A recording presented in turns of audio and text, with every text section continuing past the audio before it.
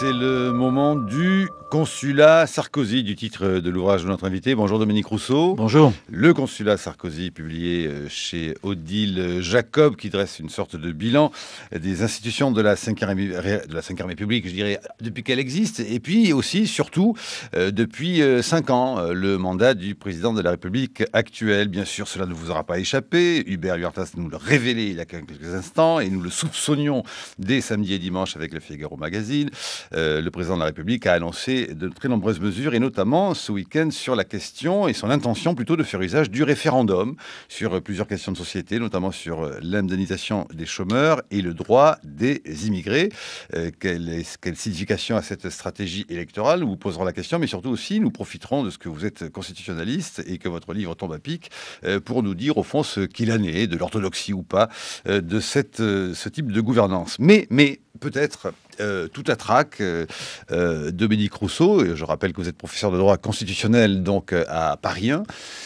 Comment observez-vous, je vous fais vraiment commenter un pan de l'actualité, je ne sais pas ce que vous allez me dire, mais comment observez-vous en revanche ce qui se passe en Grèce aujourd'hui? Parce qu'au fond, vous évoquez dans votre livre la Constitution, la question du Parlement qui représente un peuple, a priori, qui endosse à la fois ses erreurs ou ses avancées, enfin qui débat. Comment observez-vous là les images qu'on a vues, violentes, très marquantes, d'une partie d'Athènes, une petite partie d'Athènes incendiée, des manifestants, des forces de l'ordre déployées, pendant qu'un Parlement, censé représenter une avancée du bien commun ou de son pays, vote des lois qui sont extrêmement contestées, au sein d'ailleurs, même d'ailleurs du Parlement, pas seulement dans la rue. Mais commentez-vous cette image-là? Écoutez, d'un point de vue constitutionnel ou constitutionnaliste, ces images, je les interprète comme révélateurs d'une crise profonde, pas de la Grèce, mais du mode représentatif de la démocratie. Comme révélateur... Pas seulement en Grèce. Pas seulement en Grèce. Enfin, révélateur là. Pas seulement en Grèce. La Grèce, c'est pas un pays étranger. La Grèce fait partie du nous européen. C'est une partie de nous-mêmes qui actuellement est en crise en Grèce. C'est pas un pays étranger. Je crois qu'il faut qu'on prenne conscience que c'est quelque chose qui nous arrive à nous. C'est pas à l'extérieur de nous. C'est dans le nous européen. Ça, c'est la première chose. Et la deuxième chose... Alors, ce qui est important au niveau du droit constitutionnel, c'est-à-dire que nous ne sommes plus désormais dans le cadre des États-nations, chacun chez soi, mais que le vivre ensemble est fait aujourd'hui d'une pluralité de lieux, de foyers, et que par conséquent, ce qui arrive en Grèce est quelque chose qui nous arrive à nous. Qu'est-ce qu'il est fragile, ce droit de vivre ensemble? Il est fragile parce qu'il est constamment en train de se reconstruire. Ce qui fait le vivre ensemble, c'est précisément le fait qu'il est constamment en déconstruction, reconstruction. Et là, nous sommes passés du vivre ensemble au sein de la tribu, du vivre ensemble au sein de la famille, du vivre ensemble au sein de la nation, du vivre ensemble au sein de l'Europe, du vivre ensemble au sein du mondial. On sera un jour citoyen du monde. On sera un jour citoyen du monde. Et c'est ce qui arrive actuellement en Europe, en Grèce, c'est la prise de conscience qu'il y a une citoyenneté européenne, encore une fois, que les Grecs, c'est une partie de nous-mêmes. Et ce que nous révèle la Grèce, c'est que lorsque précisément les institutions s'affaissent, lorsque le droit s'affaisse, qui gouverne? Le marché. Qui a renvoyé Berlusconi? C'est pas les institutions, c'est pas le peuple, c'est les marchés. Qui a renvoyé le Portugal, l'Espagne, la Grèce. Autrement dit, c'est la faiblesse des institutions et de leur articulation avec ce qui se passe dans l'espace public, dans la société, qui conduit à cet affaissement des institutions et donne complètement prise à la loi du marché. Est-ce que ça veut dire qu'une institution... et pour aller même un peu plus loin et revenir sur votre terrain, est-ce que ça veut dire qu'une constitution n'est rien, est un fétu de paille face à des événements économiques qu'on appelle la mondialisation, face au marché? Est-ce que ça veut dire qu'une constitution, aussi pensée soit-elle, réfléchie soit-elle, et on parle par exemple de la Grèce, ça n'est rien finalement, ou que ça montre d'un coup des fragilités? Pardon de vous poser cette question un peu provocante, mais je pense que ça n'assure rien, ça protège rien de rien. Je pense que ça démontre l'inverse, et que tout le quinquennat de Sarkozy montre que la Constitution l'a, disons, embêté pour réaliser sa politique, et qu'il a sans cesse donné des coups dans la Constitution. Qu'est-ce que c'est que la Constitution? Et la Constitution, c'est d'abord, c'est pas moi qui le dis, c'est la Déclaration de 89, c'est la séparation des pouvoirs. C'est la séparation des pouvoirs. Le président Sarkozy, depuis 5 ans, a donné des coups dans la séparation des pouvoirs. Atteinte à l'indépendance du pouvoir judiciaire, atteinte à l'indépendance du pouvoir législatif. Et vous êtes bien placé aussi, atteinte à l'indépendance des médias, puisqu'il a réformé la loi pour lui permettre de nommer directement le président de France Télévisions et de Radio France. Autrement dit, tout le quinquennat du président Sarkozy a eu pour, alors je ne sais pas si c'est pour objet, mais en tout cas pour effet, de porter atteinte à ce qui est une des pierres angulaires de la Constitution, réaliser la séparation des pouvoirs pour, et je ne vais pas citer Marx, Trotsky ou je ne sais qui, mais Montesquieu, pour garantir la liberté politique des citoyens. Et si vous enlevez ça dans une Constitution, évidemment, vous laissez place à ce à quoi on assiste, c'est-à-dire oui, mais alors, cela dit, est-ce que là, vous n'êtes pas trop de parti pris, Dominique Rousseau? De tout temps, on a dénoncé ce pouvoir-là de la part d'un président de la République. De tout temps, non. 64, Mitterrand écrit le coup d'État permanent. Alors, ça, oui, parce que, si vous voulez, l'organisation de la Ve République, je n'ai pas fait que le quinquennat de bien sûr, c'est en ce sens que votre livre est passionnant, d'ailleurs, aussi. Oui. Il est certain que dans l'organisation même de la Constitution de 1958, il y a, si vous voulez, les mécanismes permettant de porter atteinte à cette séparation des pouvoirs. Pensez, par exemple, que le président de la République est défini dans la Constitution comme étant le garant de l'indépendance de l'autorité judiciaire. C'est-à-dire le pouvoir exécutif, gardien de l'indépendance du pouvoir judiciaire. Mais ça a fait retourner dans sa tombe Montesquieu. On fait du chef de l'exécutif le gardien de l'indépendance du pouvoir judiciaire. Il n'y a donc pas séparation des pouvoirs. Autrement dit, le moment me paraît venu de revoir cette Constitution pour tout simplement réaliser une vraie séparation des pouvoirs. Constitution qui nous fait changer de République ? Oui, on peut changer de République, on en a l'habitude, hein, on en est à la 5e, on peut passer à la 6e ou 7e, c'est pas un problème majeur.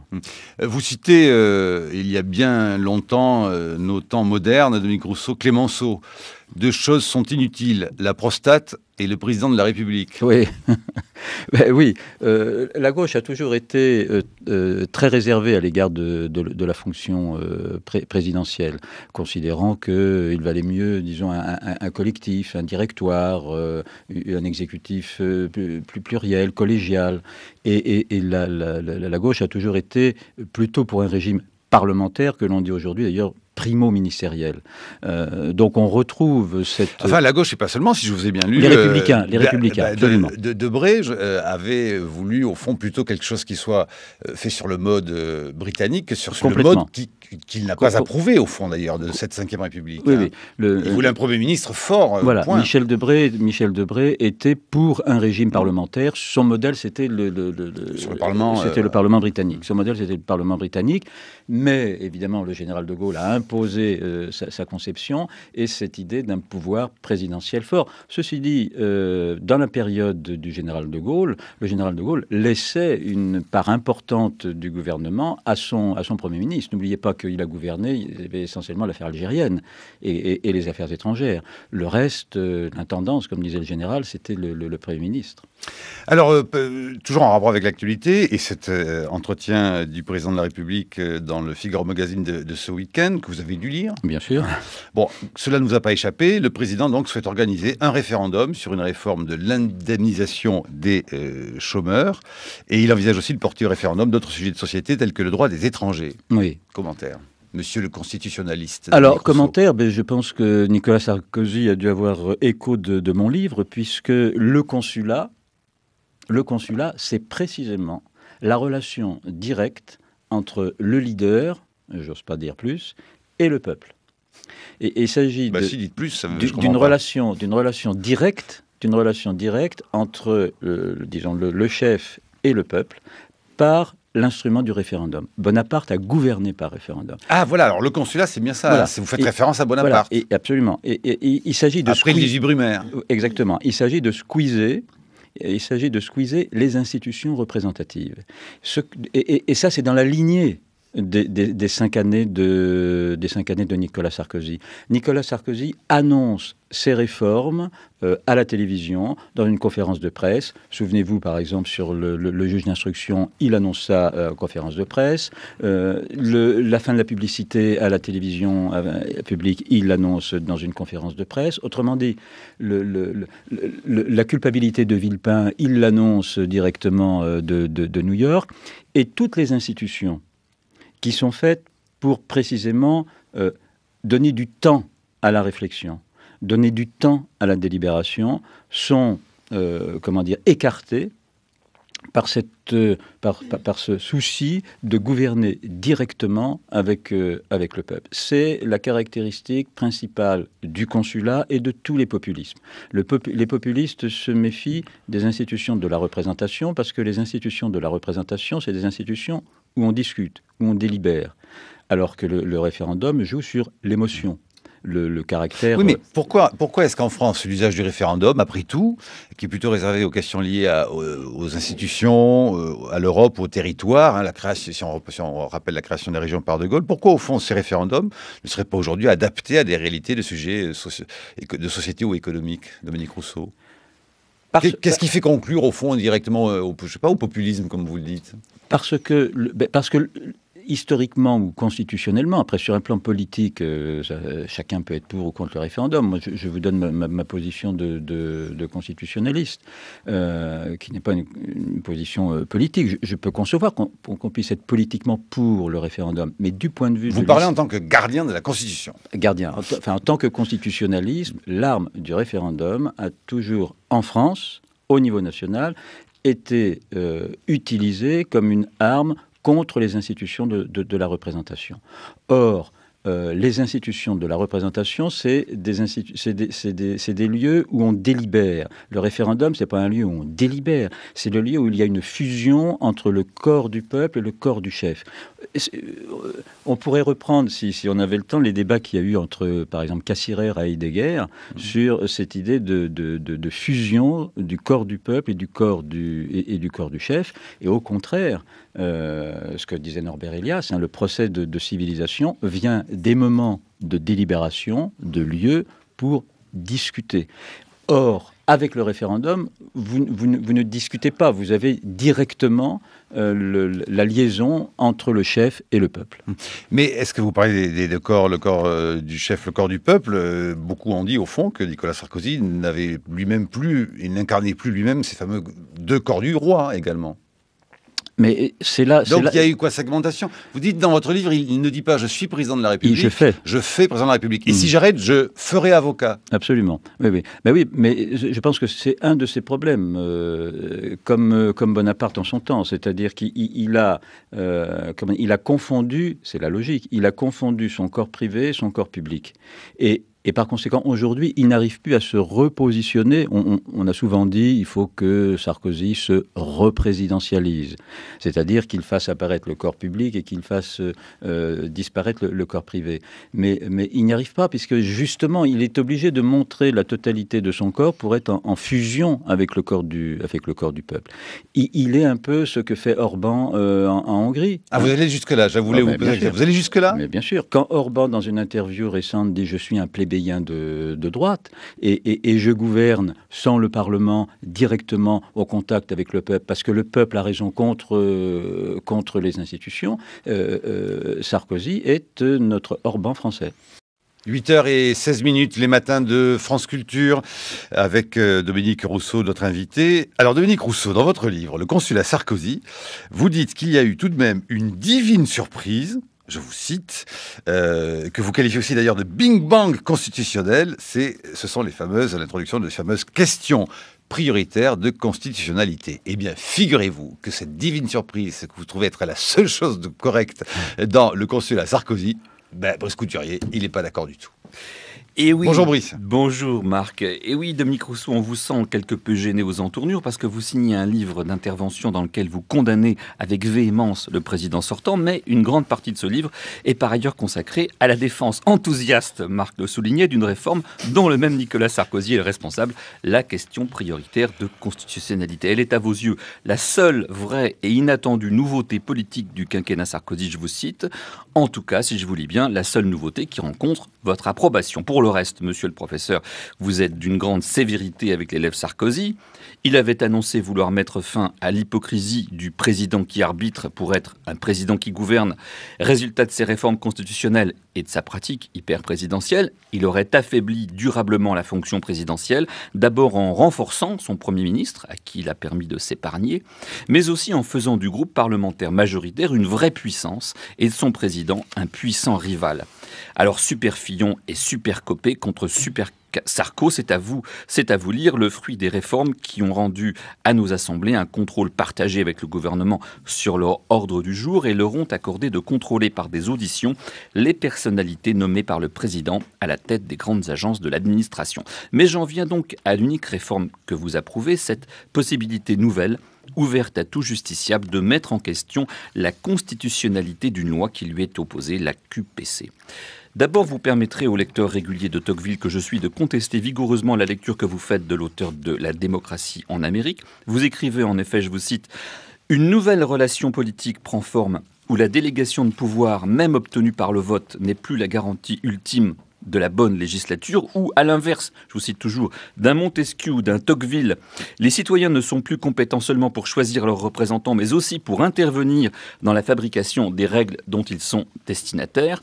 Eh bien, Tocqueville, vibrant défenseur comme vous de la Cour suprême américaine, ancêtre de notre Conseil constitutionnel, donc, écrivait au contraire, je cite Tocqueville, le pouvoir accordé aux tribunaux américains de prononcer sur l'inconstitutionnalité des lois forme une des plus puissantes barrières qu'on ait jamais élevées contre la tyrannie des assemblées politiques. Et oui, la pensée libérale s'est toujours méfiée du risque de despotisme majoritaire et a constamment tenté de s'en prémunir par l'encadrement du vote des lois par la Constitution. Ah, car une Constitution a cette supériorité sur les lois du moment qu'elle bénéficie d'une certaine pérennité. On ne peut en changer au gré des humeurs de la majorité du jour. Aussi, les justiciables trouvent-ils en elle un appui stable. Du moins aussi longtemps que le contrôle de constitutionnalité avait lieu, ce qui était le cas avant la réforme, a priori. C'était entre l'adoption de la loi par le Parlement et sa promulgation qu'on pouvait attaquer sa constitutionnalité. Or, la réforme sarkozyste que vous approuvez a introduit avec le contrôle a posteriori un élément d'incertitude qui a été dénoncé par plusieurs juristes. Si on peut s'attendre à ce qu'une loi sur laquelle on se fonde pour appuyer sa requête soit attaquée par la partie adverse pour inconstitutionnalité, on bascule dans l'insécurité juridique. On perd l'appui d'un sol assuré pour s'embarquer dans l'imprévisible. Enfin, vous vous réjouissez que le Conseil constitutionnel soit désormais interrogé sur des questions de société à la manière de la Cour suprême américaine, des questions comme l'euthanasie, l'adoption par les couples homosexuels, etc. Mais ces questions ne me semblent pas relever des principes généraux du droit invoqués par la Constitution, mais bel et bien du Parlement. On a vu aux États-Unis, d'ailleurs, par leur composition, les juridictions suprêmes ne sont pas à l'abri de la politisation. Car s'il s'est trouvé une Cour suprême américaine pour décriminaliser l'avortement en 1988, il s'en est trouvé une autre pour invalider une méthode abortive adoptée par le Congrès en 2007. Alors, Dominique Rousseau. Oui. Bon, évidemment, plusieurs réponses à cette analyse de mon bouquin. D'abord, vous remarquerez que je suis vraisemblablement un peu objectif, puisque vous avez remarqué que si je suis critique à l'égard d'une partie du bilan constitutionnel du président de la République, je reconnais aussi que la question prioritaire de constitutionnalité est la réforme qui restera. Et pourquoi c'est une bonne réforme ? Parce que, contrairement à ce que vous dites, je pense que nous rentrons dans un moment de la démocratie où la Constitution, c'est-à-dire le texte qui exprime le vivre ensemble, les grands principes autour desquels une société s'associe, devient plus importante que la loi ordinaire. La loi ordinaire est souvent prise sous le coup de l'émotion. La Constitution contient, vous l'avez rappelé, des principes qui ont fait la France depuis 1789. La déclaration de 1789. Et précisément, aujourd'hui, il faut arrêter avec cette idée que le roi ne peut mal faire, donc on ne le contrôle pas. Le président ne peut mal faire, donc on ne le contrôle pas. Le Parlement ne peut mal faire, donc on ne le contrôle pas. Si le roi peut mal faire, le président peut mal faire, le Parlement peut mal faire. Et le peuple peut se tromper. Et le peuple peut La volonté générale peut errer. Absolument. Absolument. Et par conséquent, il faut qu'il y ait un juge, une institution qui vienne confronter le temps long. Mais ça, c'est pas Sarkozy qui l'a inventé. Non, ça date de 74, en gros, ce tournant, qui permet au Conseil constitutionnel de vérifier la constitutionnalité des lois une fois qu'elles ont été votées, mais pas une fois qu'elles sont rentrées en application. Et c'est ça la différence avec la réforme Sarkozy. Oui, alors, et c'est là que je trouve la réforme positive, dans la mesure où, si vous voulez, une loi apparaît comme portant atteinte à telle ou telle liberté, non pas tellement au moment où elle est conçue, mais au moment où elle est appliquée. Les parlementaires peuvent voter une loi, de bonne foi, et puis ensuite on s'aperçoit 1 an, 2 ans, 3 ans après que cette loi, quand elle est appliquée concrètement, elle porte atteinte à la liberté individuelle, au droit à la santé. Pourquoi pas laisser au Parlement le fait de la changer, puisque ce qu'une loi a fait, une loi peut le défaire. Regardez par exemple... Pourquoi créer cette insécurité juridique dont je parlais, qui fait qu'aujourd'hui, si vous attaquez une partie dans un procès, vous pouvez vous dire que la loi sur laquelle vous basez votre requête peut être invalidée soudain parce qu'un juge va déférer au Conseil constitutionnel cette loi qui paraît à la partie adverse soudain inconstitutionnelle. Parce que précisément, c'est au moment... Je vais donner un exemple. C'est au moment où la loi est appliquée que l'inconstitutionnalité éventuelle de cette loi apparaît. Prenons l'exemple de la garde à vue. La loi sur la garde à vue est votée en 1993. Et puis, en 2011, les gens mis en garde à vue font une question prioritaire de constitutionnalité. Que fait le juge ? Le juge va examiner au regard du respect des droits de la défense, au regard du respect de la présomption d'innocence, la conformité de la loi sur la garde à vue avec ses principes. Et va constater que l'augmentation du nombre de gardes à vue, 800 000, que l'augmentation du nombre des OPJ, et par conséquent un affaiblissement de la qualité de ceux qui mettent les gens en garde à vue, oblige à revoir le régime de la garde à vue, et le Conseil va censurer la loi sur la garde à vue parce qu'elle porte atteinte aux droits de la défense. Pourquoi le Conseil censure ? Parce qu'il s'est aperçu que dans la pratique, ce régime portait concrètement atteinte aux droits de la défense. Donc, la supériorité du contrôle a posteriori sur le contrôle a priori vient précisément de ce qu'il donne une sécurité juridique. La sécurité que les droits fondamentaux, que les principes qui nous unissent sont écoutés et pris en compte par rapport à une loi qui est votée parce qu'il y a eu un crime, parce qu'aux 20 heures, il y a eu une émotion, parce que, etc. Donc, je pense que c'est ça qui est important. Parce que, là aussi, je voudrais revenir sur ce que vous avez dit, la Constitution, notamment dans sa déclaration, elle contient les principes qui animent la vie de la société, je dirais la vie de tous les jours. Vous m'avez dit tout à l'heure l'euthanasie, etc., qu'est-ce que ça a à faire à la Constitution ? Mais tout. Clémentine Autain le disait tout à l'heure, la question du mariage gay, ça renvoie à quoi ? Au principe d'égalité. Est-ce qu'il est aujourd'hui, je dis aujourd'hui, est-ce qu'il est aujourd'hui conforme au principe d'égalité de faire une distinction entre couple homo et couple hétéro ? Principe d'égalité. Est-ce qu'il n'y a pas une discrimination qui est faite entre couple homo et couple hétéro ? Même chose pour l'adoption, même chose pour l'euthanasie. Autrement dit, toutes ces questions-là sont des questions soit que l'on traite par l'émotion, par la rapidité. Le référendum. Il y a le Parlement, quand même, qui peut légiférer, c'est quand même son rôle.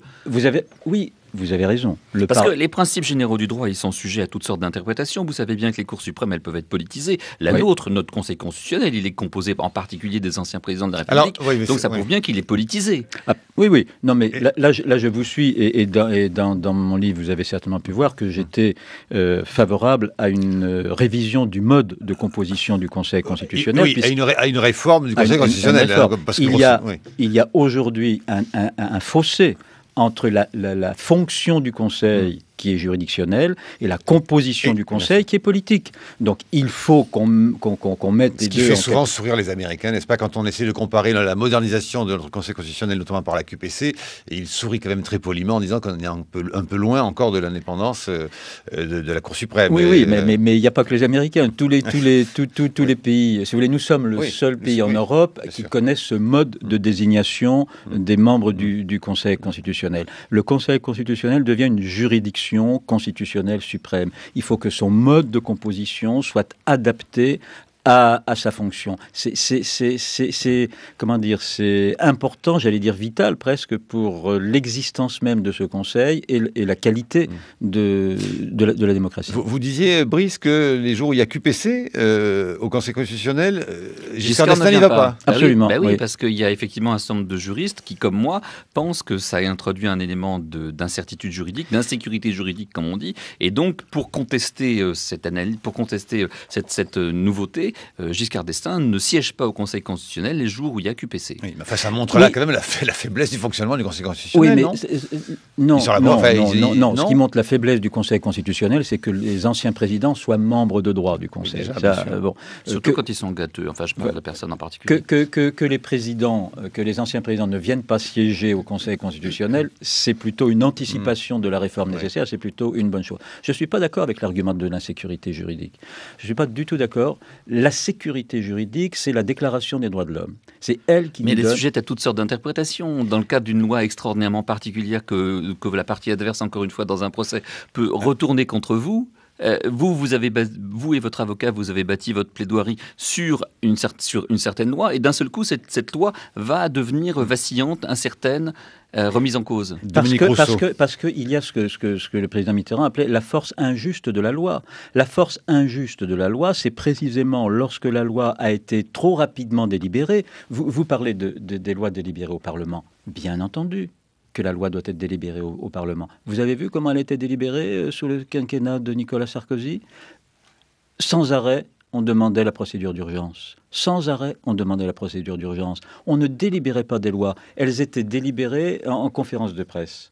Par conséquent, ce défaut de délibération au sein du Parlement a conduit, je dirais presque mécaniquement, à faire glisser la fabrication des lois vers le Conseil constitutionnel. D'où l'importance du contradictoire. J'ajoute un point, c'est que cette insécurité juridique, vous la retrouvez aussi à partir du contrôle de la loi au regard de la Convention européenne des droits de l'homme. Une loi votée peut déjà être écartée si elle est contraire à la Convention européenne des droits de l'homme.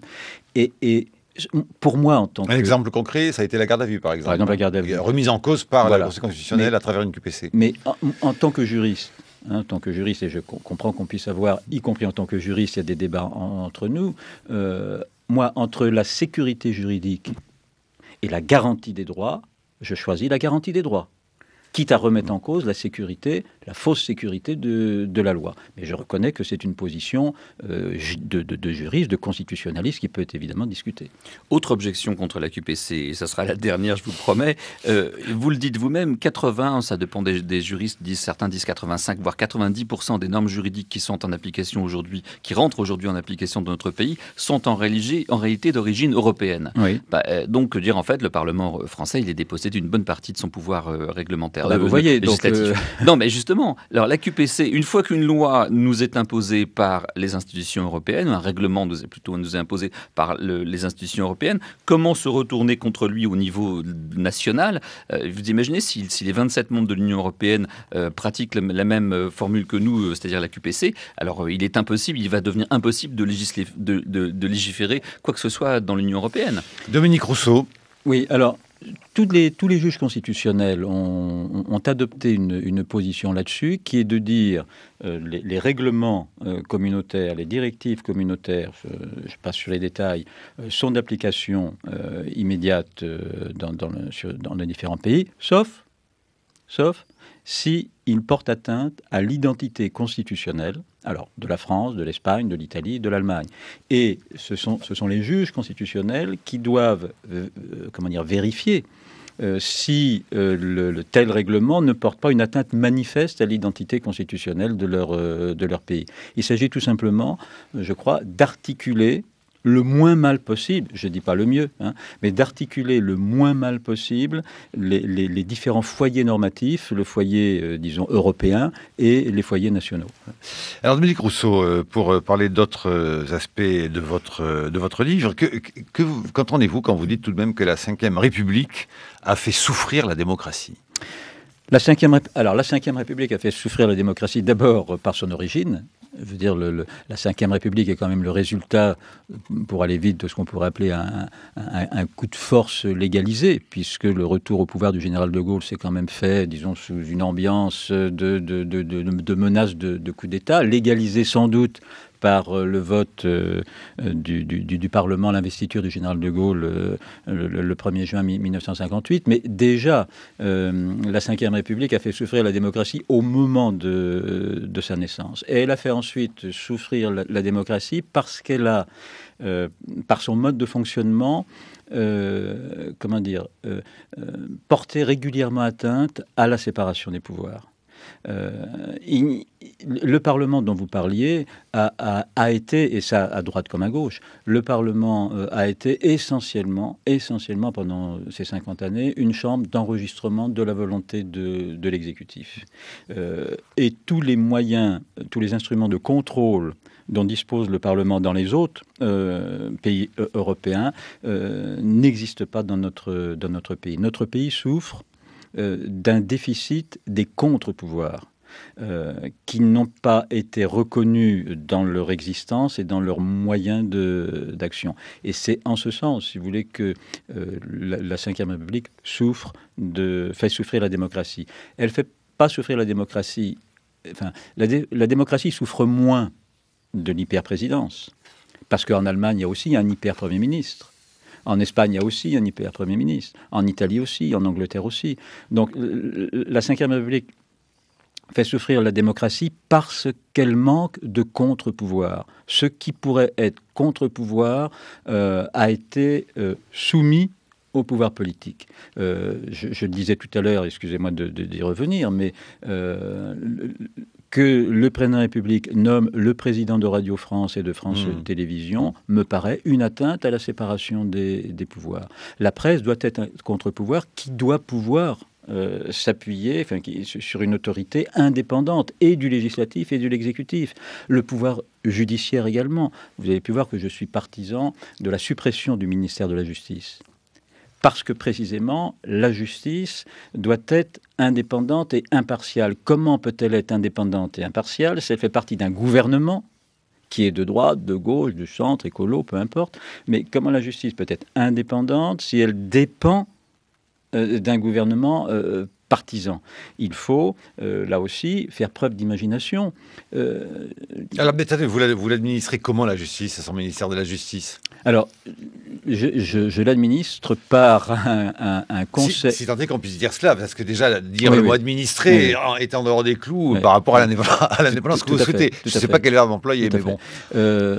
Si vous voulez, la proposition que je fais est de créer une autorité constitutionnelle, un conseil supérieur de la justice, et je dis bien de la justice, pas de la magistrature, donc pas un organe corporatiste, un organe, donc un conseil supérieur de la justice qui aurait pour mission de nommer l'ensemble des magistrats, siège et parquet, alors qu'actuellement, vous savez que le parquet est nommé par l'exécutif. Ce Conseil supérieur de la justice aurait en charge de préparer et de discuter avec le Parlement du budget et de la justice et de sa répartition entre les juridictions. Le Conseil supérieur de la justice aurait également la responsabilité de la discipline et de la responsabilité disciplinaire des magistrats. Et par conséquent, toute une partie des moyens administratifs, je ne vais pas rentrer dans les détails, mais la direction des services judiciaires, par exemple, devrait être enlevée au ministère pour être confiée à cette autorité constitutionnelle. Vous voulez dire par là qu'au fond, vous finissez ce qui n'a jamais été fait, ni même fini depuis la Révolution française. C'est une séparation totale et plus aucun reste de ce qui subsiste aujourd'hui, au fond, dans l'Ancien Régime. Il faut absolument, la France a toujours eu un problème, notamment avec les juges. On dit souvent que la France a fait sa révolution contre le roi. Bon, oui, c'est vrai, on a coupé la tête au roi. Mais la France a fait sa révolution contre les juges, pour des raisons d'Ancien Régime. Et au même moment où vous parliez de Tocqueville, au même moment où aux États-Unis, les États-Unis faisaient leur révolution avec les juges. L'arrêt Madison versus Marbury, c'est 1803. Nous, au même moment, on interdit aux juges de s'immiscer dans les affaires législatives et exécutives. On a donc deux sociétés qui démarrent sur deux logiques différentes, deux logiques opposées. Et ce dont la France souffre aujourd'hui, pour répondre et revenir sur votre question, c'est de l'absence de reconnaissance de ce que j'appelle les tiers pouvoirs. De même que Sieyès parlait de tiers-États en 1788. Aujourd'hui, il y a des tiers-pouvoirs. Et ces tiers-pouvoirs ne sont pas reconnus. Et parce qu'ils ne sont pas reconnus, notre régime est déséquilibré. Brice ?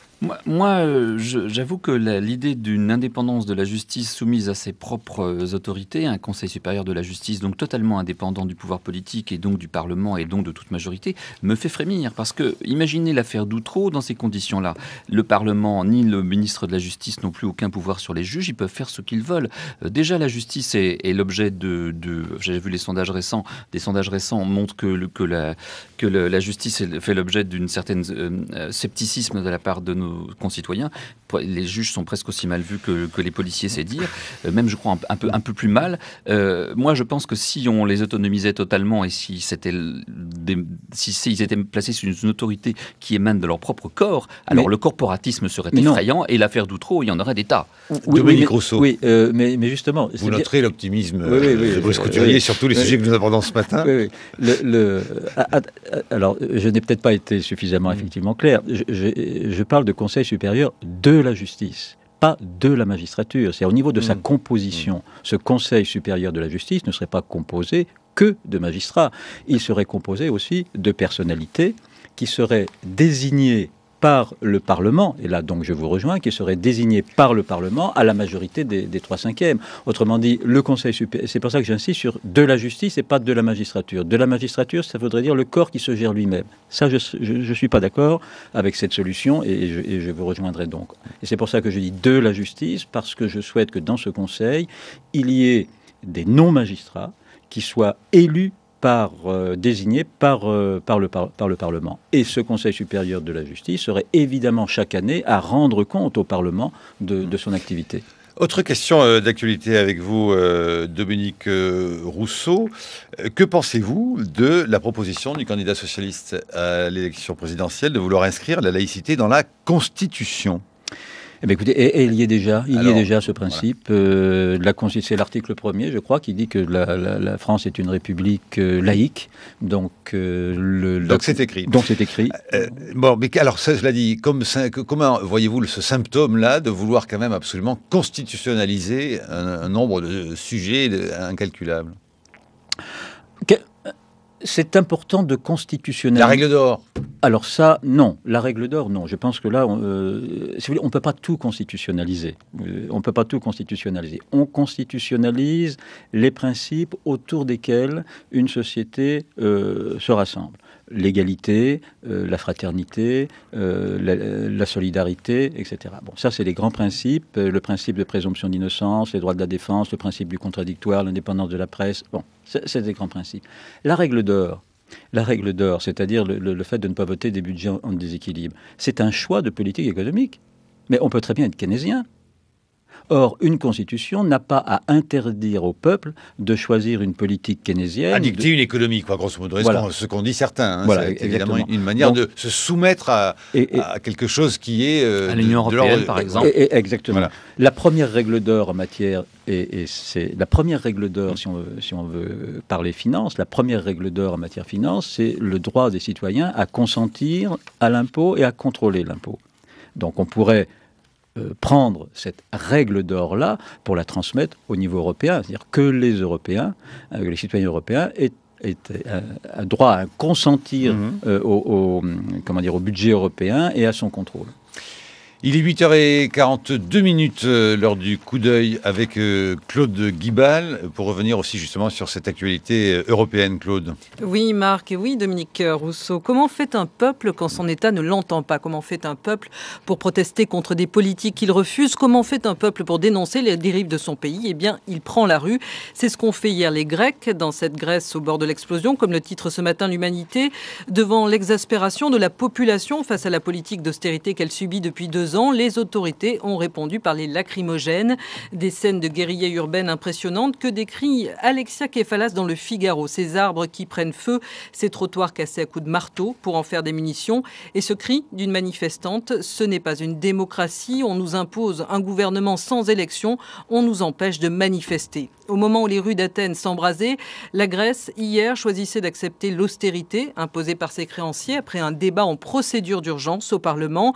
Les membres du gouvernement avaient mis en garde contre le chaos si les députés votaient contre le programme en affirmant que le pays serait alors conduit à se déclarer rapidement en cessation de paiement, ce qu'un député grec qualifie ce matin dans les colonnes du Figaro de coup d'État parlementaire. Sauver la Grèce, la balle est désormais dans le camp d'Athènes. C'est ce qu'affirme dans La Croix le ministre allemand des Finances, Wolfgang Schäuble. L'idée que l'on doit changer quelque chose et de manière profonde doit être comprise par beaucoup en Grèce, explique-t-il, et d'ajouter la réunification allemande est venue car les gens en RDA ne voulaient plus vivre comme avant mais comme à l'ouest. Mais est-ce bien cela que veulent les Grecs ou les Portugais qui eux aussi ont manifesté hier par centaines de milliers contre l'austérité dans les rues de Lisbonne? Est-ce cela aussi que demandent les révolutionnaires égyptiens qui hier, rappelle Libération, avaient appelé à la grève générale 1 an après la chute d'Hosni Moubarak, un rendez-vous manqué faute de mobilisation, raté à cause de la propagande gouvernementale, explique une militante interrogée par Libé, ce gouvernement qui n'a pas arrêté de dire que faire la grève, c'était détruire l'Égypte. Il y a 1 an, au-delà du départ de Hosni Moubarak, les Égyptiens se soulevaient d'abord pour demander une vie décente, du travail, un logement, un avenir, de la dignité. 1 an plus tard, Hosni Moubarak est parti. C'est toujours l'armée qui est au pouvoir. Il n'y a ni président, ni constitution. Les revendications sociales sont toujours aussi fortes et les Égyptiens, eux, s'épuisent à chercher un moyen, une voie pour faire entendre leur quête de dignité. Merci Claude Guibal. Dominique Rousseau, dans votre livre Le consulat Sarkozy, vous rappelez un élu du Var, vous citez un élu du Var à la veille de l'insurrection de 1792 et vous dites la colère, enfin il a dit cet homme, la colère du peuple, c'est le silence de la loi. Oui, si c'est ce qu'on vient d'entendre à l'instant par le journaliste, à partir du moment où le Parlement ne légifère pas en tenant compte des demandes, des aspirations, des souhaits du peuple, évidemment, le peuple se met en colère. Je crois que le peuple est patient. Le peuple est patient. Le peuple attend. Le peuple espère que ses gouvernants vont enfin prendre les bonnes décisions. Et puis un jour, le peuple se met en colère parce qu'il voit que aucun des politiques, aucune des propositions de politique publique ne répond à ces attentes et il se met en colère.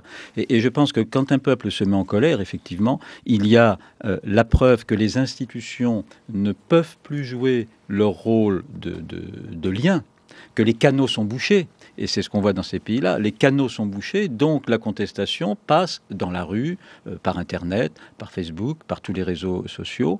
Et évidemment, vous avez une démocratie, qui se déplace du terrain institutionnel vers un terrain plus mou, plus vague, et qui est à la fois porteur d'espérance, mais également porteur de danger. Moi, en tant que constitutionnaliste, je reste convaincu que les institutions sont ce qui fait une démocratie. Alors, elles sont à la fois la tragédie d'une démocratie dans la mesure où elles peuvent étouffer la démocratie. Mais si vous n'avez pas les institutions, vous avez la barbarie. On parlait de la justice tout à l'heure. La grande différence au niveau de la civilisation, c'est entre le lynchage et la justice. Le lynchage, c'est l'immédiateté, le direct. Je prends quelqu'un qui a volé une pomme, il y a un lampadaire, je le pends à ce lampadaire immédiatement. Et l'émeute, c'est quoi et l'émeute, c'est ça. C'est le direct, c'est la spontanéité, c'est bon. Les institutions, c'est du temps, un autre lieu et de la réflexion. Le problème est de trouver justement les institutions qui permettent de faire circuler l'information. Or aujourd'hui, dans tous nos systèmes politiques, que ce soit en Grèce ou ici, dans tous nos systèmes politiques, ces institutions sont bouchées. Ça ne passe plus. Regardez, par exemple, on fait des référendums en France, le pouvoir perd le référendum, il reste quand même en place.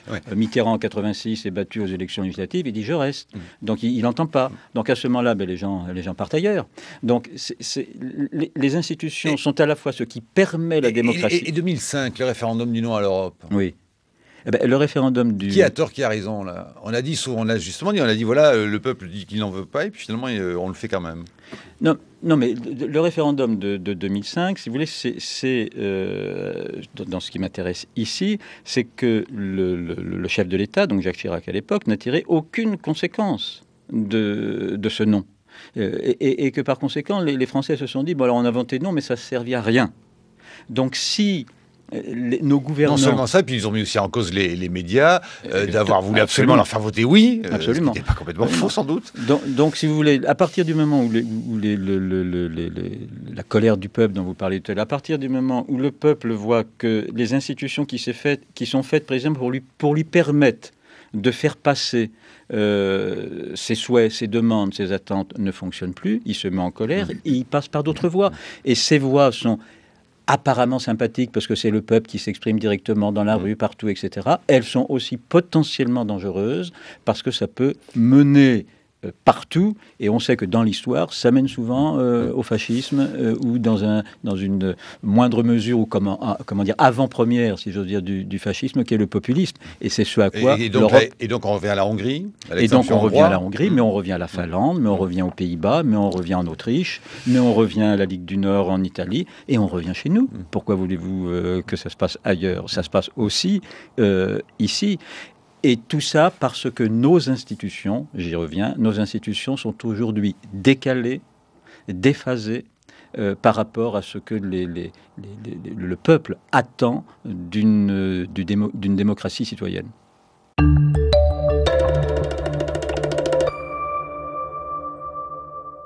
À une révision du mode de composition du Conseil constitutionnel. Oui, à une réforme du Conseil constitutionnel.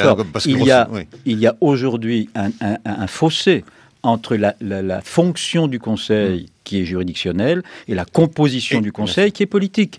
Donc il faut qu'on mette les deux... Ce qui fait souvent sourire les Américains, n'est-ce pas, quand on essaie de comparer la modernisation de notre Conseil constitutionnel, notamment par la QPC, et il sourit quand même très poliment en disant qu'on est un peu loin encore de l'indépendance de la Cour suprême. Oui, mais il n'y a pas que les Américains. Tous les pays, si vous voulez, nous sommes le seul pays en Europe qui connaisse ce mode de désignation des membres du Conseil constitutionnel. Le Conseil constitutionnel devient une juridiction constitutionnelle suprême. Il faut que son mode de composition soit adapté à sa fonction. C'est comment dire, c'est important, j'allais dire vital presque, pour l'existence même de ce Conseil et la qualité de la démocratie. Vous disiez, Brice, que les jours où il y a QPC au Conseil constitutionnel, Giscard d'Estaing n'y va pas. Absolument. Oui, parce qu'il y a effectivement un certain nombre de juristes qui, comme moi, pensent que ça a introduit un élément d'incertitude juridique, d'insécurité juridique, comme on dit, et donc pour contester cette analyse, pour contester cette nouveauté, Giscard d'Estaing ne siège pas au Conseil constitutionnel les jours où il y a QPC. Oui, mais enfin, ça montre là quand même la faiblesse du fonctionnement du Conseil constitutionnel, non ? Non, non. Ce qui montre la faiblesse du Conseil constitutionnel, c'est que les anciens présidents soient membres de droit du Conseil. Oui, déjà, surtout quand ils sont gâteux. Enfin, je parle de personne en particulier. Que les anciens présidents ne viennent pas siéger au Conseil constitutionnel, c'est plutôt une anticipation de la réforme nécessaire, c'est plutôt une bonne chose. Je ne suis pas d'accord avec l'argument de l'insécurité juridique. Je ne suis pas du tout d'accord. La sécurité juridique, c'est la Déclaration des droits de l'homme. C'est elle qui nous donne... Mais elle est sujette à toutes sortes d'interprétations. Dans le cadre d'une loi extraordinairement particulière que la partie adverse, encore une fois, dans un procès, peut retourner contre vous, vous et votre avocat, vous avez bâti votre plaidoirie sur une certaine loi, et d'un seul coup, cette loi va devenir vacillante, incertaine, remise en cause. Parce qu'il y a ce que le président Mitterrand appelait la force injuste de la loi. La force injuste de la loi, c'est précisément lorsque la loi a été trop rapidement délibérée. Vous parlez des lois délibérées au Parlement, bien entendu que la loi doit être délibérée au Parlement. Vous avez vu comment elle a été délibérée sous le quinquennat de Nicolas Sarkozy ? Sans arrêt, on demandait la procédure d'urgence. Sans arrêt, on demandait la procédure d'urgence. On ne délibérait pas des lois. Elles étaient délibérées en conférence de presse.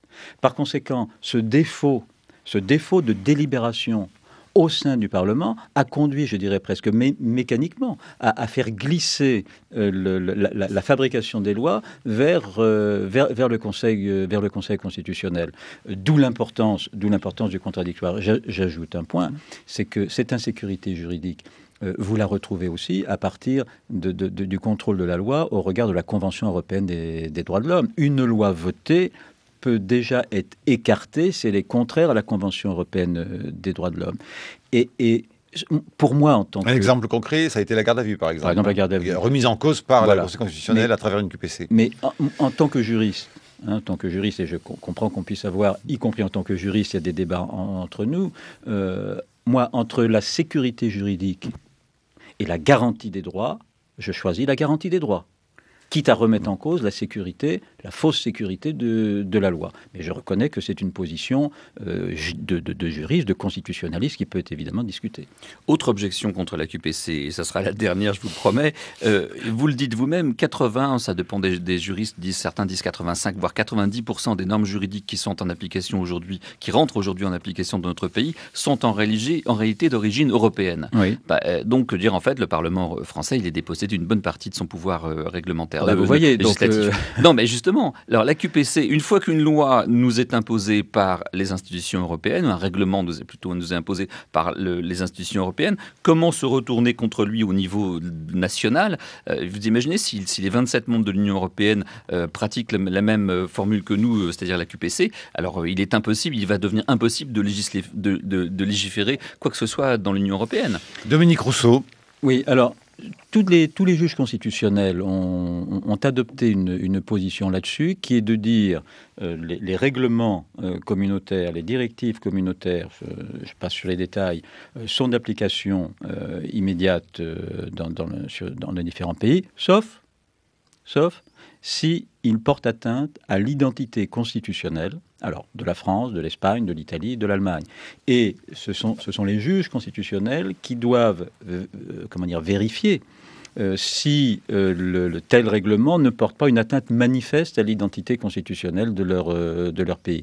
Il s'agit tout simplement, je crois, d'articuler le moins mal possible, je ne dis pas le mieux, mais d'articuler le moins mal possible les différents foyers normatifs, le foyer, disons, européen et les foyers nationaux. Alors, Dominique Rousseau, pour parler d'autres aspects de votre livre, qu'entendez-vous quand vous dites tout de même que la Ve République a fait souffrir la démocratie ? La Ve République a fait souffrir la démocratie d'abord par son origine. Je veux dire, la Ve République est quand même le résultat, pour aller vite, de ce qu'on pourrait appeler un coup de force légalisé, puisque le retour au pouvoir du général de Gaulle s'est quand même fait, disons, sous une ambiance de menace de coup d'État, légalisé sans doute par le vote du Parlement, l'investiture du général de Gaulle le 1er juin 1958, mais déjà la Ve République a fait souffrir la démocratie au moment de sa naissance. Et elle a fait ensuite souffrir la démocratie parce qu'elle a, par son mode de fonctionnement, porté régulièrement atteinte à la séparation des pouvoirs. Le Parlement dont vous parliez a été, et ça à droite comme à gauche, le Parlement a été essentiellement pendant ces 50 années une chambre d'enregistrement de la volonté de l'exécutif. Et tous les moyens, tous les instruments de contrôle dont dispose le Parlement dans les autres pays européens n'existent pas dans notre pays. Notre pays souffre d'un déficit des contre-pouvoirs qui n'ont pas été reconnus dans leur existence et dans leurs moyens d'action. Et c'est en ce sens, si vous voulez, que la Ve République fait souffrir la démocratie. Elle ne fait pas souffrir la démocratie. Enfin, la démocratie souffre moins de l'hyper-présidence. Parce qu'en Allemagne, il y a aussi un hyper-premier ministre. En Espagne, il y a aussi un hyper-premier ministre. En Italie aussi, en Angleterre aussi. Donc, la Ve République fait souffrir la démocratie parce qu'elle manque de contre-pouvoir. Ce qui pourrait être contre-pouvoir a été soumis au pouvoir politique. Je le disais tout à l'heure, excusez-moi d'y revenir, mais que le président de la République nomme le président de Radio France et de France Télévisions me paraît une atteinte à la séparation des pouvoirs. La presse doit être un contre-pouvoir qui doit pouvoir s'appuyer sur une autorité indépendante et du législatif et de l'exécutif. Le pouvoir judiciaire également. Vous avez pu voir que je suis partisan de la suppression du ministère de la Justice. Parce que précisément, la justice doit être indépendante et impartiale. Comment peut-elle être indépendante et impartiale si elle fait partie d'un groupe ?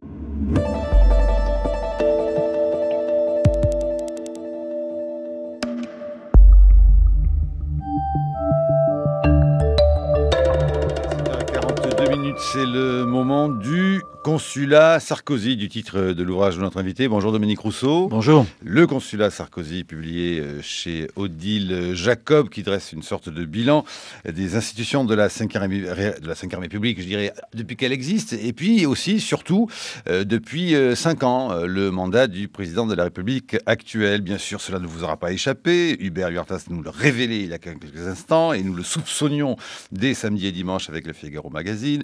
Le président de la République a annoncé de très nombreuses mesures, et notamment ce week-end sur la question et son intention plutôt de faire usage du référendum sur plusieurs questions de société, notamment sur l'indemnisation des chômeurs et le droit des immigrés. Quelle signification a cette stratégie électorale? Nous vous poserons la question, mais surtout aussi nous profiterons de ce que vous êtes constitutionnaliste et que votre livre tombe à pic pour nous dire au fond ce qu'il en est, de l'orthodoxie ou pas, de ce type de gouvernance. Mais peut-être tout à trac, Dominique Rousseau, et je rappelle que vous êtes professeur de droit constitutionnel donc à Paris 1. Comment observez-vous, je vous fais vraiment commenter un pan de l'actualité, je ne sais pas ce que vous allez me dire, mais comment observez-vous en revanche ce qui se passe en Grèce aujourd'hui?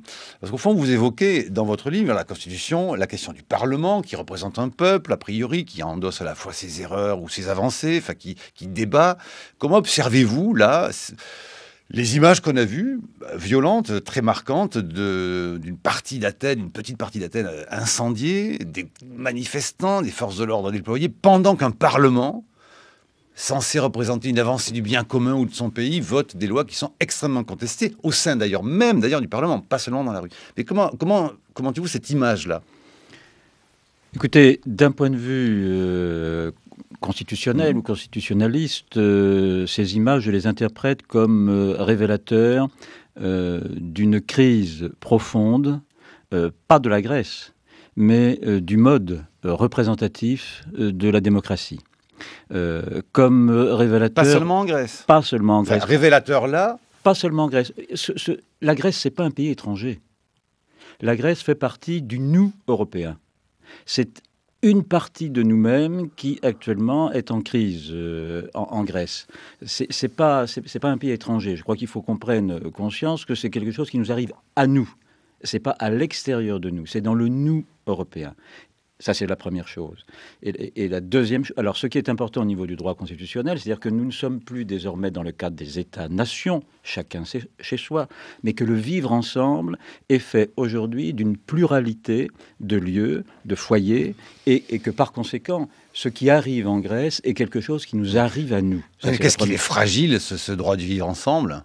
Il est fragile parce qu'il est constamment en train de se reconstruire. Ce qui fait le vivre ensemble, c'est précisément le fait qu'il est constamment en déconstruction, reconstruction. Et là, nous sommes passés du vivre ensemble au sein de la tribu, du vivre ensemble au sein de la famille, du vivre ensemble au sein de la nation, du vivre ensemble au sein de l'Europe, du vivre ensemble au sein du mondial. On sera un jour citoyen du monde. On sera un jour citoyen du monde. Et c'est ce qui arrive actuellement en Europe, en Grèce, c'est la prise de conscience qu'il y a une citoyenneté européenne, encore une fois que les Grecs, c'est une partie de nous-mêmes. Et ce que nous révèle la Grèce, c'est que lorsque précisément les institutions s'affaissent, lorsque le droit s'affaisse, qui gouverne? Le marché. Qui a renvoyé Berlusconi? C'est pas les institutions, c'est pas le peuple, c'est les marchés. Qui a renvoyé le Portugal, le Portugal, l'Espagne, la Grèce. Oui. Autrement dit, c'est la faiblesse des institutions et de leur articulation avec ce qui se passe dans l'espace public, dans la société, qui conduit à cet affaissement des institutions et donne complètement prise à la loi du marché. Est-ce que ça veut dire qu'une institution et pour aller même un peu plus loin et revenir sur votre terrain, est-ce que ça veut dire qu'une constitution n'est rien, est un fétu de paille face à des événements économiques qu'on appelle la mondialisation, face au marché?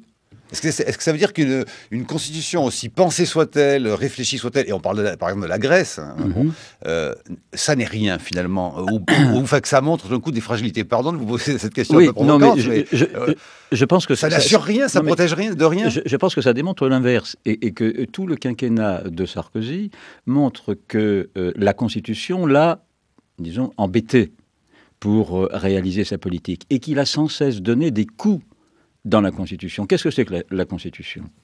La Constitution, c'est d'abord, c'est pas moi qui le dis, c'est la Déclaration de 89, c'est la séparation des pouvoirs. C'est la séparation des pouvoirs. Le président Sarkozy, depuis 5 ans, a donné des coups dans la séparation des pouvoirs.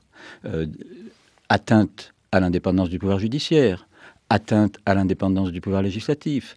Et vous êtes bien placé aussi, atteinte à l'indépendance des médias, puisqu'il a réformé la loi pour lui permettre de nommer directement le président de France Télévisions et de Radio France. Autrement dit, tout le quinquennat du président Sarkozy a eu pour, alors je ne sais pas si c'est pour objet, mais en tout cas pour effet, de porter atteinte à ce qui est une des pierres angulaires de la Constitution, réaliser la séparation des pouvoirs pour, et je ne vais pas citer Marx, Trotsky ou je ne sais qui, mais Montesquieu, pour garantir la liberté politique des citoyens.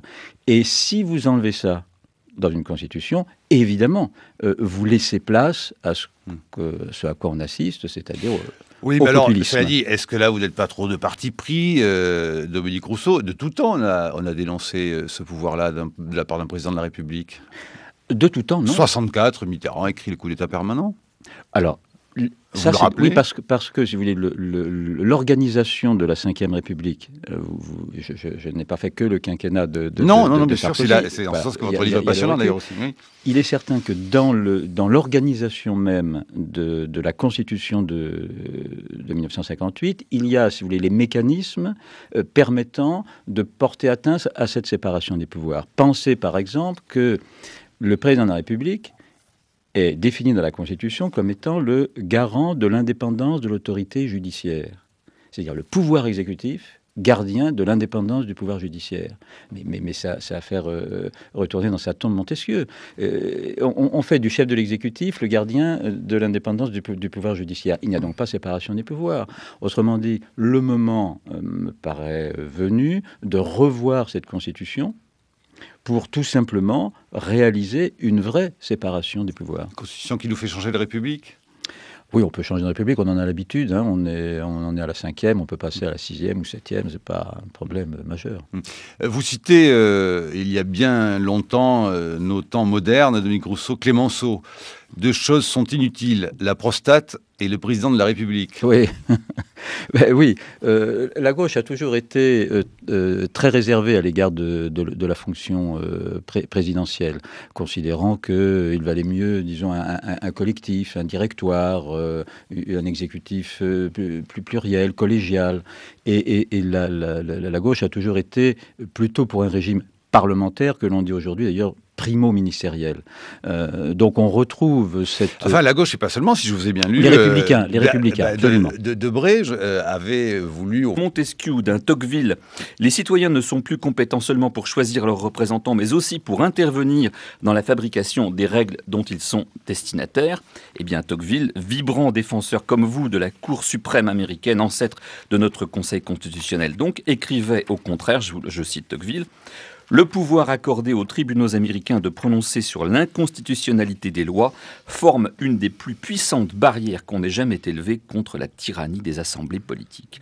Et oui, la pensée libérale s'est toujours méfiée du risque de despotisme majoritaire et a constamment tenté de s'en prémunir par l'encadrement du vote des lois par la Constitution. Ah, car une Constitution a cette supériorité sur les lois du moment qu'elle bénéficie d'une certaine pérennité.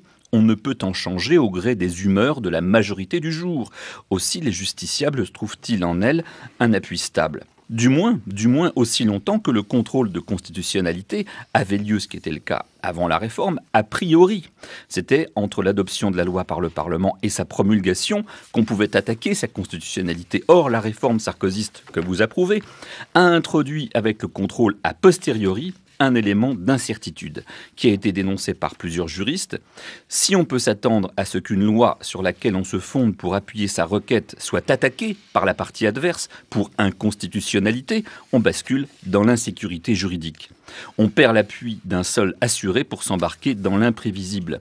Enfin, vous vous réjouissez que le Conseil constitutionnel soit désormais interrogé sur des questions de société à la manière de la Cour suprême américaine, des questions comme l'euthanasie, l'adoption par les couples homosexuels, etc. Mais ces questions ne me semblent pas relever des principes généraux du droit invoqués par la Constitution, mais bel et bien du Parlement. On a vu aux États-Unis, d'ailleurs, par leur composition, les juridictions suprêmes ne sont pas à l'abri de la politisation. Car s'il s'est trouvé une Cour suprême américaine pour décriminaliser l'avortement en 1988, il s'en est trouvé une autre pour invalider une méthode abortive adoptée par le Congrès en 2007. Alors, Dominique Rousseau. Oui. Bon, évidemment, plusieurs réponses à cette analyse de mon bouquin. D'abord, vous remarquerez que je suis vraisemblablement un peu objectif, puisque vous avez remarqué que si je suis critique à l'égard d'une partie du bilan constitutionnel du président de la République, je reconnais aussi que la question prioritaire de constitutionnalité est la réforme qui restera. Et pourquoi c'est une bonne réforme ? Parce que, contrairement à ce que vous dites, je pense que nous rentrons dans un moment de la démocratie où la Constitution, c'est-à-dire le texte qui exprime le vivre ensemble, les grands principes autour desquels une société s'associe, devient plus importante que la loi ordinaire. La loi ordinaire est souvent prise sous le coup de l'émotion. La Constitution contient, vous l'avez rappelé, des principes qui ont fait la France depuis 1789, la déclaration de 1789. Et précisément, aujourd'hui, il faut arrêter avec cette idée que le roi ne peut mal faire, donc on ne le contrôle pas. Le président ne peut mal faire, donc on ne le contrôle pas. Le Parlement ne peut mal faire, donc on ne le contrôle pas. Si le roi peut mal faire, le président peut mal faire, le Parlement peut mal faire. Et le peuple peut se tromper. Et le peuple peut... La volonté générale peut errer. Absolument. Absolument. Et par conséquent, il faut qu'il y ait un juge, une institution, qui vienne confronter le temps long... Mais ça, c'est pas Sarkozy qui l'a inventé. Non, ça date non. de 74, en gros, ce tournant, qui permet au Conseil constitutionnel de vérifier la constitutionnalité des lois une fois qu'elles ont été votées, mais pas une fois qu'elles sont rentrées en application. Et c'est ça la différence avec la réforme Sarkozy. Oui, alors, et c'est là que je trouve la réforme positive, dans la mesure où, si vous voulez, une loi apparaît comme portant atteinte à telle ou telle liberté, non pas tellement au moment où elle est conçue, mais au moment où elle est appliquée. Les parlementaires peuvent voter une loi, de bonne foi, et puis ensuite on s'aperçoit 1 an, 2 ans, 3 ans après que cette loi, quand elle est appliquée concrètement, elle porte atteinte à la liberté individuelle, au droit à la santé. Pourquoi pas laisser au Parlement le fait de la changer, puisque ce qu'une loi a fait, une loi peut le défaire. Regardez par exemple... Pourquoi créer cette insécurité juridique dont je parlais, qui fait qu'aujourd'hui, si vous attaquez une partie dans un procès, vous pouvez vous dire que la loi sur laquelle vous basez votre requête peut être invalidée soudain parce qu'un juge va déférer au Conseil constitutionnel cette loi qui paraît à la partie adverse soudain inconstitutionnelle. Parce que précisément, c'est au moment... Je vais donner un exemple. C'est au moment où la loi est appliquée que l'inconstitutionnalité éventuelle de cette loi apparaît. Prenons l'exemple de la garde à vue. La loi sur la garde à vue est votée en 1993. Et puis, en 2011, les gens mis en garde à vue font une question prioritaire de constitutionnalité. Que fait le juge ? Le juge va examiner au regard du respect des droits de la défense, au regard du respect de la présomption d'innocence, la conformité de la loi sur la garde à vue avec ses principes.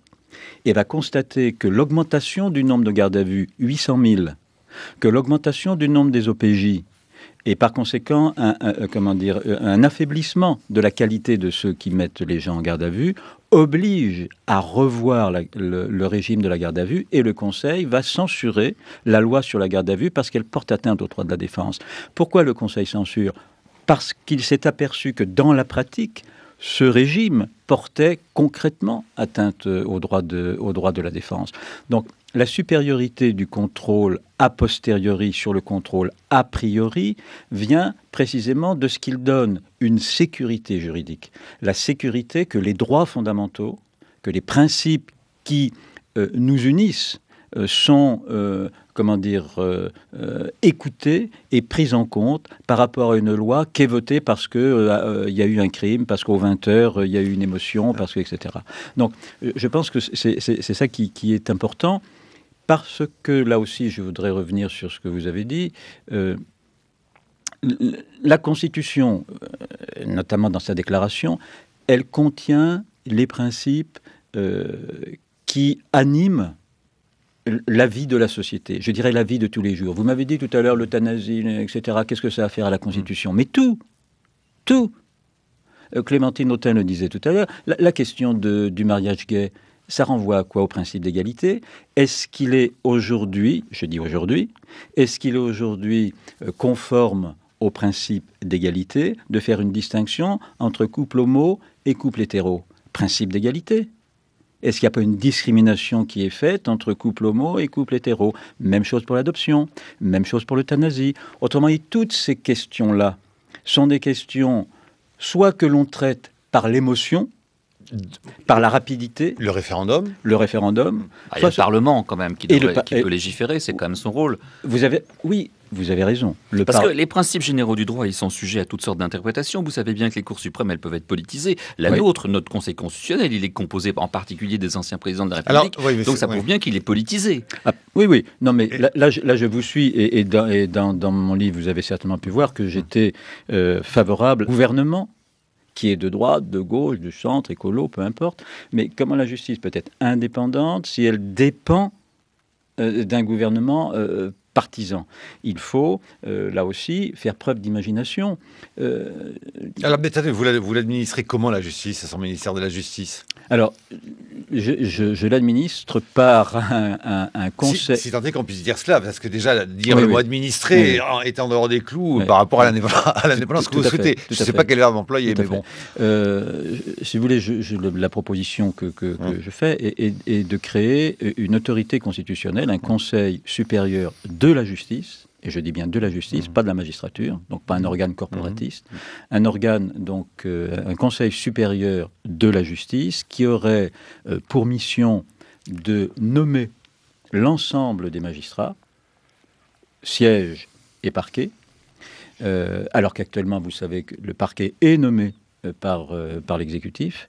Ce Conseil supérieur de la justice aurait en charge de préparer et de discuter avec le Parlement du budget et de la justice et de sa répartition entre les juridictions. Le Conseil supérieur de la justice aurait également la responsabilité de la discipline et de la responsabilité disciplinaire des magistrats. Et par conséquent, toute une partie des moyens administratifs, je ne vais pas rentrer dans les détails, mais la direction des services judiciaires, par exemple, devrait être enlevée au ministère pour être confiée à cette autorité constitutionnelle. Vous voulez dire par là qu'au fond, vous finissez ce qui n'a jamais été fait, ni même fini depuis la Révolution française. C'est une séparation totale et plus aucun reste de ce qui subsiste aujourd'hui, au fond, dans l'Ancien Régime. Il faut absolument, la France a toujours eu un problème, notamment avec les juges. On dit souvent que la France a fait sa révolution contre le roi. Bon, oui, c'est vrai, on a coupé la tête au roi. Mais la France a fait sa révolution contre les juges, pour des raisons d'Ancien Régime. Et au même moment où vous parliez de Tocqueville, au même moment où aux États-Unis, les États-Unis faisaient leur révolution avec les juges. L'arrêt Madison versus Marbury, c'est 1803. Nous, au même moment, on interdit aux juges de s'immiscer dans les affaires législatives et exécutives. On a donc deux sociétés qui démarrent sur deux logiques différentes, deux logiques opposées. Et ce dont la France souffre aujourd'hui, pour répondre et revenir sur votre question, c'est de l'absence de reconnaissance de ce que j'appelle les tiers pouvoirs. De même que Sieyès parlait de tiers-États en 1788. Aujourd'hui, il y a des tiers-pouvoirs. Et ces tiers-pouvoirs ne sont pas reconnus. Et parce qu'ils ne sont pas reconnus, notre régime est déséquilibré. Brice ? Moi, j'avoue que l'idée d'une indépendance de la justice soumise à ses propres autorités, un Conseil supérieur de la justice donc totalement indépendant du pouvoir politique et donc du Parlement et donc de toute majorité, me fait frémir. Parce que imaginez l'affaire Doutreau dans ces conditions-là. Le Parlement ni le ministre de la Justice n'ont plus aucun pouvoir sur les juges, ils peuvent faire ce qu'ils veulent. Déjà, la justice est l'objet j'ai vu des sondages récents montrent que la justice fait l'objet d'une certaine scepticisme de la part de nos concitoyens. Les juges sont presque aussi mal vus que les policiers, c'est dire. Même, je crois, un peu plus mal. Moi, je pense que si on les autonomisait totalement et si ils étaient placés sous une autorité qui émane de leur propre corps, alors le corporatisme serait effrayant et l'affaire Doutreau, il y en aurait des tas. Dominique Rousseau. Oui, mais justement... Vous noterez l'optimisme de Brice Couturier sur tous les sujets que nous abordons ce matin. Alors, je n'ai peut-être pas été suffisamment effectivement clair. Je parle de Conseil supérieur de la justice, pas de la magistrature. C'est au niveau de sa composition. Ce Conseil supérieur de la justice ne serait pas composé que de magistrats. Il serait composé aussi de personnalités qui seraient désignées par le Parlement, et là donc je vous rejoins, qui serait désigné par le Parlement à la majorité des 3/5. Autrement dit, le Conseil supérieur, c'est pour ça que j'insiste sur de la justice et pas de la magistrature. De la magistrature, ça voudrait dire le corps qui se gère lui-même. Ça, je suis pas d'accord avec cette solution et je vous rejoindrai donc. Et c'est pour ça que je dis de la justice, parce que je souhaite que dans ce Conseil, il y ait des non-magistrats qui soient élus désigné par le Parlement. Et ce Conseil supérieur de la justice serait évidemment chaque année à rendre compte au Parlement de son activité. Autre question d'actualité avec vous, Dominique Rousseau. Que pensez-vous de la proposition du candidat socialiste à l'élection présidentielle de vouloir inscrire la laïcité dans la Constitution ? Eh bien, écoutez, et il y est déjà, ce principe. Voilà. C'est l'article 1er, je crois, qui dit que la France est une république laïque. Donc c'est écrit. Donc c'est écrit. Bon, mais alors cela dit, comment voyez-vous ce symptôme-là de vouloir quand même absolument constitutionnaliser un nombre de sujets incalculables ? C'est important de constitutionnaliser. La règle d'or. Alors ça, non. La règle d'or, non. Je pense que là, si vous voulez, on ne peut pas tout constitutionnaliser. On constitutionnalise les principes autour desquels une société se rassemble. L'égalité, la fraternité, la solidarité, etc. Bon, ça, c'est les grands principes. Le principe de présomption d'innocence, les droits de la défense, le principe du contradictoire, l'indépendance de la presse. Bon, c'est des grands principes. La règle d'or, c'est-à-dire le fait de ne pas voter des budgets en déséquilibre, c'est un choix de politique économique. Mais on peut très bien être keynésien.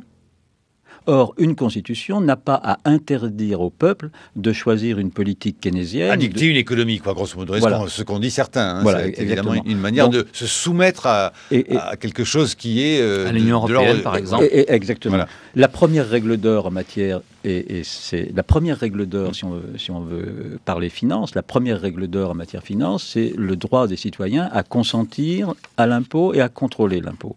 Donc on pourrait prendre cette règle d'or-là pour la transmettre au niveau européen, c'est-à-dire que les Européens, les citoyens européens aient droit à consentir au budget européen et à son contrôle. Il est 8h42 l'heure du coup d'œil avec Claude Guibal, pour revenir aussi justement sur cette actualité européenne, Claude. Oui, Marc, et oui, Dominique Rousseau. Comment fait un peuple quand son État ne l'entend pas? Comment fait un peuple pour protester contre des politiques qu'il refuse? Comment fait un peuple pour dénoncer les dérives de son pays? Eh bien, il prend la rue. C'est ce qu'ont fait hier les Grecs dans cette Grèce au bord de l'explosion, comme le titre ce matin l'Humanité, devant l'exaspération de la population face à la politique d'austérité qu'elle subit depuis 2 ans. Les autorités ont répondu par les lacrymogènes. Des scènes de guérilla urbaine impressionnantes que décrit Alexia Kefalas dans le Figaro. Ces arbres qui prennent feu, ces trottoirs cassés à coups de marteau pour en faire des munitions. Et ce cri d'une manifestante, ce n'est pas une démocratie. On nous impose un gouvernement sans élection. On nous empêche de manifester. Au moment où les rues d'Athènes s'embrasaient, la Grèce, hier, choisissait d'accepter l'austérité imposée par ses créanciers après un débat en procédure d'urgence au Parlement. Les membres du gouvernement avaient mis en garde contre le chaos si les députés votaient contre le programme en affirmant que le pays serait alors conduit à se déclarer rapidement en cessation de paiement, ce qu'un député grec qualifie ce matin dans les colonnes du Figaro de coup d'État parlementaire. Sauver la Grèce, la balle est désormais dans le camp d'Athènes. C'est ce qu'affirme dans La Croix le ministre allemand des Finances, Wolfgang Schäuble. L'idée que l'on doit changer quelque chose et de manière profonde doit être comprise. Font plutôt quelque chose qui soit fait sur le mode britannique que sur le mode qu'il n'a pas approuvé, au fond, d'ailleurs, de cette 5e République. Oui, hein. oui. Il voulait un Premier ministre fort, voilà. point. Michel Debré était pour un régime parlementaire. Son modèle, c'était le Parlement britannique. Son modèle, c'était le Parlement britannique. Mais, évidemment, le général de Gaulle a imposé sa conception et cette idée d'un pouvoir présidentiel fort. Ceci dit, dans la période du général de Gaulle, le général de Gaulle laissait une part importante du gouvernement à son Premier ministre. N'oubliez pas qu'il a gouverné, il avait essentiellement l'affaire algérienne et les affaires étrangères. Le reste, l'intendance, comme disait le général, c'était le Premier ministre. Alors, toujours en rapport avec l'actualité et cet entretien du président de la République dans le Figaro Magazine de ce week-end, que vous avez dû lire. Bien sûr. Bon, cela ne nous a pas échappé. Le président donc souhaite organiser un référendum sur une réforme de l'indemnisation des chômeurs. Et il envisage aussi de porter au référendum d'autres sujets de société tels que le droit des étrangers. Oui. Commentaire. Monsieur le constitutionnaliste. Alors, commentaire, je pense que Nicolas Sarkozy a dû avoir écho de mon livre, puisque le consulat, c'est précisément la relation directe entre le leader, j'ose pas dire plus, et le peuple. Et il s'agit d'une relation directe entre, le chef et le peuple par l'instrument du référendum. Bonaparte a gouverné par référendum. Ah voilà, alors le consulat, c'est bien ça. Voilà. Vous faites référence à Bonaparte. Voilà, absolument. Et il s'agit de... Après le 18 Brumaire. Exactement. Il s'agit de squeezer les institutions représentatives. Et ça, c'est dans la lignée des 5 années de Nicolas Sarkozy. Nicolas Sarkozy annonce ses réformes à la télévision, dans une conférence de presse. Souvenez-vous, par exemple, sur le juge d'instruction, il annonce ça en conférence de presse. La fin de la publicité à la télévision publique, il l'annonce dans une conférence de presse. Autrement dit, la culpabilité de Villepin, il l'annonce directement de New York. Et toutes les institutions qui sont faites pour précisément donner du temps à la réflexion, donner du temps à la délibération, sont écartées par ce souci de gouverner directement avec le peuple. C'est la caractéristique principale du consulat et de tous les populismes. Les populistes se méfient des institutions de la représentation parce que les institutions de la représentation, c'est des institutions où on discute, où on délibère, alors que le référendum joue sur l'émotion. Le caractère... Oui, mais pourquoi est-ce qu'en France, l'usage du référendum, après tout, qui est plutôt réservé aux questions liées aux institutions, à l'Europe, au territoire, hein, la création, si on rappelle la création des régions par De Gaulle, pourquoi, au fond, ces référendums ne seraient pas aujourd'hui adaptés à des réalités de sujets de société ou économiques, Dominique Rousseau? Qu'est-ce qui fait conclure, au fond, directement, au populisme, comme vous le dites? Parce que historiquement ou constitutionnellement, après sur un plan politique, chacun peut être pour ou contre le référendum. Moi, je vous donne ma position de constitutionnaliste, qui n'est pas une position politique. Je peux concevoir qu'on puisse être politiquement pour le référendum, mais du point de vue... Vous parlez en tant que gardien de la Constitution. Gardien. Enfin, en tant que constitutionnalisme, l'arme du référendum a toujours, en France, au niveau national, été utilisée comme une arme contre les institutions de la représentation.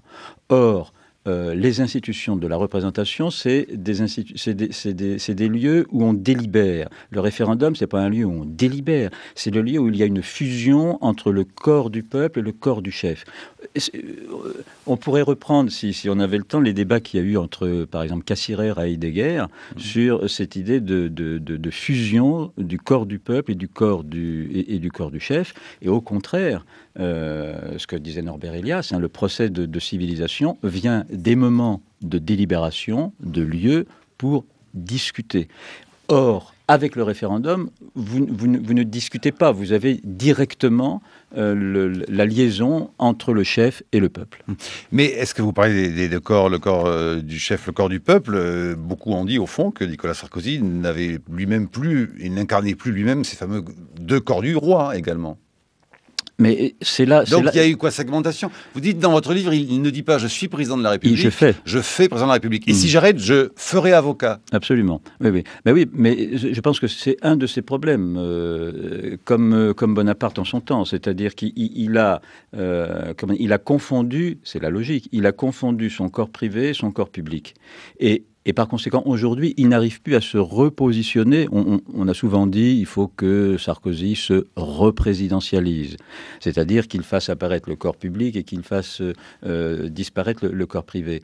Mais il n'y arrive pas, puisque justement, il est obligé de montrer la totalité de son corps pour être en fusion avec le corps du peuple. Il est un peu ce que fait Orban en Hongrie. Ah, vous allez jusque-là, je voulais vous poser la question. Vous allez jusque-là? Mais bien sûr. Quand Orban, dans une interview récente, dit « Je suis un plébéien de droite et je gouverne sans le Parlement, directement au contact avec le peuple, parce que le peuple a raison contre les institutions », Sarkozy est notre Orban français. 8h16, les matins de France Culture, avec Dominique Rousseau, notre invité. Alors Dominique Rousseau, dans votre livre, Le consulat Sarkozy, vous dites qu'il y a eu tout de même une divine surprise, je vous cite, que vous qualifiez aussi d'ailleurs de Bing Bang constitutionnel, ce sont l'introduction de ces fameuses questions prioritaires de constitutionnalité. Eh bien, figurez-vous que cette divine surprise, que vous trouvez être la seule chose de correcte dans le consulat Sarkozy, Brice Couturier, il n'est pas d'accord du tout. Et oui, bonjour Brice. Bonjour Marc. Et oui, Dominique Rousseau, on vous sent quelque peu gêné aux entournures parce que vous signez un livre d'intervention dans lequel vous condamnez avec véhémence le président sortant, mais une grande partie de ce livre est par ailleurs consacrée à la défense enthousiaste, Marc le soulignait, d'une réforme dont le même Nicolas Sarkozy est le responsable, la question prioritaire de constitutionnalité. Elle est à vos yeux la seule vraie et inattendue nouveauté politique du quinquennat Sarkozy, je vous cite. En tout cas, si je vous lis bien, la seule nouveauté qui rencontre votre approbation. Pour le reste, monsieur le professeur, vous êtes d'une grande sévérité avec l'élève Sarkozy. Il avait annoncé vouloir mettre fin à l'hypocrisie du président qui arbitre pour être un président qui gouverne.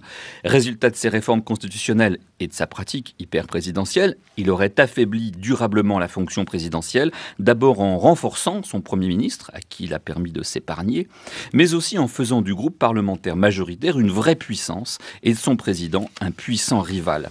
Alors Super Fillon et Super Copé contre Super Sarko, c'est à vous lire le fruit des réformes qui ont rendu à nos assemblées un contrôle partagé avec le gouvernement sur leur ordre du jour et leur ont accordé de contrôler par des auditions les personnalités nommées par le président à la tête des grandes agences de l'administration. Mais j'en viens donc à l'unique réforme que vous approuvez, cette possibilité nouvelle ouverte à tout justiciable de mettre en question la constitutionnalité d'une loi qui lui est opposée, la QPC. D'abord, vous permettrez au lecteur régulier de Tocqueville que je suis de contester vigoureusement la lecture que vous faites de l'auteur de La démocratie en Amérique. Vous écrivez en effet, je vous cite, « Une nouvelle relation politique prend forme où la délégation de pouvoir, même obtenue par le vote, n'est plus la garantie ultime de la bonne législature, ou à l'inverse, je vous cite toujours, d'un